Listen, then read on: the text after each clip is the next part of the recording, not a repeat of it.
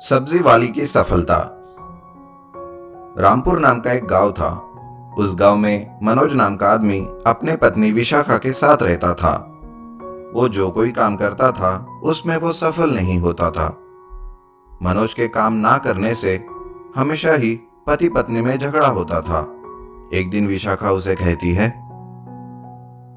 अगर आज तुमने काम नहीं किया और मुझे पैसे लाकर नहीं दिए तो मैं तुम्हें इस घर में आने नहीं दूंगी। बेचारा मनोज बाहर निकलकर काम ढूंढता रहता है, लेकिन उसे कोई काम नहीं मिलता और कहे मुताबिक उसकी पत्नी उस रात घर में आने ही नहीं देती। वो घर से निकलकर एक सब्जी मार्केट में जाता है और वहां पर काम ढूंढता है। उसे एक दुकान पर सब्जियां बेचने का काम मिलता है। वो ठेले पर रोज सब्जियां लेकर बाहर जाता है। एक दिन जब वो सब्जियां बेचने गांव में घूम रहा था तो एक औरत उसे कहती है, अरे ओ भाई साहब, तुम्हारी सब्जियां फ्रेश नहीं रहती और दाम भी बहुत रहता है, क्यों ऐसी सब्जियां बेचते हो?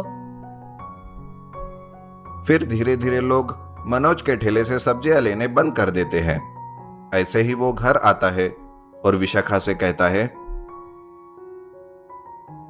आज तो एक भी सब्जी नहीं बिकी और अगर मैं ये सब्जियां उस दुकान वाले को वापस करूंगा तो वो भी नहीं लेगा। इस बात को विशाखा थोड़ी सोचती है और कहती है, सुनो जी, हमारे घर के पीछे के आंगन में क्यों ना हम ही ताजी ताजी सब्जियां उगाए और उसे बेचे। अरे वाह, अगर ऐसा हुआ तो बहुत अच्छा होगा। विशाखा और मनोज अपने ही घर के पीछे वाले आंगन में सब्जियों के अलग अलग बीज लगाते हैं और किसी भी केमिकल का यूज ना करते हुए ऑर्गेनिक सब्जियां उगाते हैं। कुछ दिनों में ही सारी सब्जियां अच्छे से परिपक्व होती है और बेचने लायक बनती है। सवेरे सवेरे मनोज सारी सब्जियां तोड़कर उन्हें अपने ठेले पर सजाता है और बेचने के लिए गांव में घूमने लगता है। मनोज के ठेले की ताजा ताजा सब्जियां देखकर काफी औरतें उसके ठेले पर भीड़ करती है और सब्जियां लेने लगती है। एक महिला कहती है, अरे वाह भाई, आज तो तुम्हारे पास बहुत ही फ्रेश सब्जियां है। जी हाँ दीदी, ये सब्जियां तो बिना केमिकल की है। आज से रोज आपको ऐसी ताजी सब्जियां मिलेगी। अच्छा, तो ये ऑर्गेनिक है। बड़े बड़े शहरों में इन सब्जियों की बहुत डिमांड रहती है। उस महिला की बातें सुनकर मनोज सोचता है कि क्यों ना सब्जियां और ज्यादा उगाई जाए, जिससे उन सब्जियों को शहर में भी बेचा जा सके। दूसरे दिन जब सब्जियां बेचता रहता है तभी एक आदमी उसके पास आता है और कहता है, अरे भाई सुनो, क्या तुम ही मनोज हो? जी हाँ, कहिए, क्या बात है? मुझे पता चला है कि आप ऑर्गेनिक सब्जियां उगाते हो और वो भी बहुत कम दाम में। दरअसल मेरा शहर में एक ऑर्गेनिक सब्जियों का शॉप है जहां पर तुम्हारे ऑर्गेनिक सब्जियों की बहुत जरूरत है। क्या तुम मुझे अपनी सब्जियां बेचोगे? जी हाँ, बताइए आपको कितनी सब्जियां चाहिए? ऐसा कहकर मनोज और उस आदमी की बातें तय हो जाती है और मनोज उसे गांव से शहर में ऑर्गेनिक सब्जियां बेचने लगता है। ऐसा करते करते मनोज का सब्जियों का कारोबार बहुत बढ़ जाता है और उसका बहुत नाम होता है। कृष्णापुर नाम के गांव में विजय नाम का एक आदमी अपनी पत्नी सुनीता के साथ रहता था। विजय एक भुलक्कड़ आदमी था। उसे कोई भी काम बीच में ही भूल जाने की आदत थी, जिस वजह से लोग भी उसे भुलक्कड़ विजू कहते थे। विजय के पास एक जायंट रोड रोलर था। जायंट होने के कारण उसे बहुत काम मिलता था।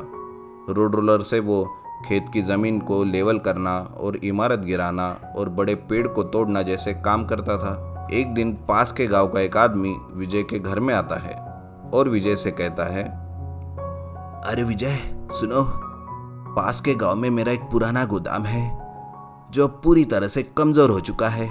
मैं उसे गिराकर वहाँ नया गोदाम बनाना चाहता हूँ, इसलिए तुम कल सुबह आकर गोदाम गिरा देना और उसे अच्छे से लेवल कर देना। ये लो एडवांस।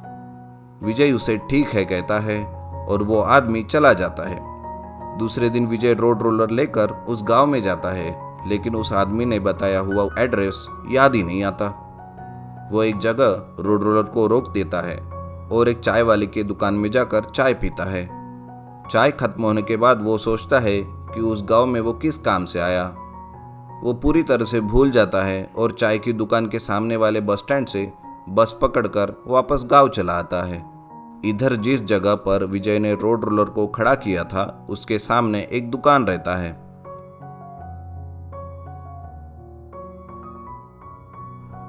वो थोड़ी देर राह देखता है।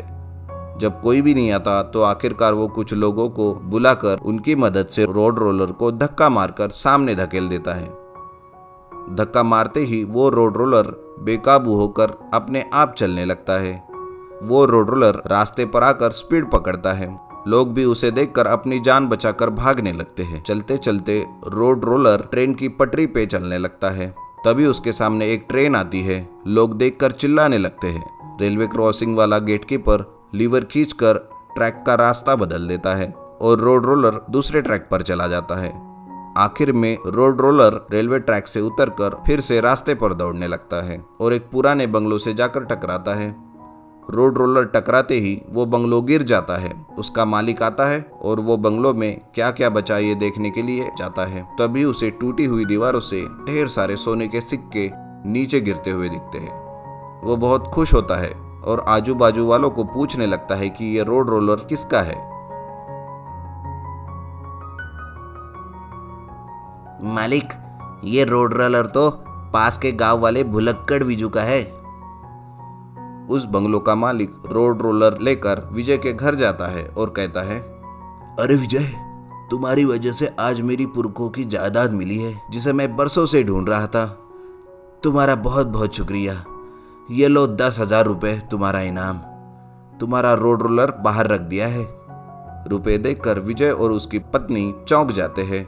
विजय सोचता है, कमाल है, मैंने रोड रोलर चलाया भी नहीं और मुझे एक काम के पैसे मिल गए। ये तो कमाल हो गया।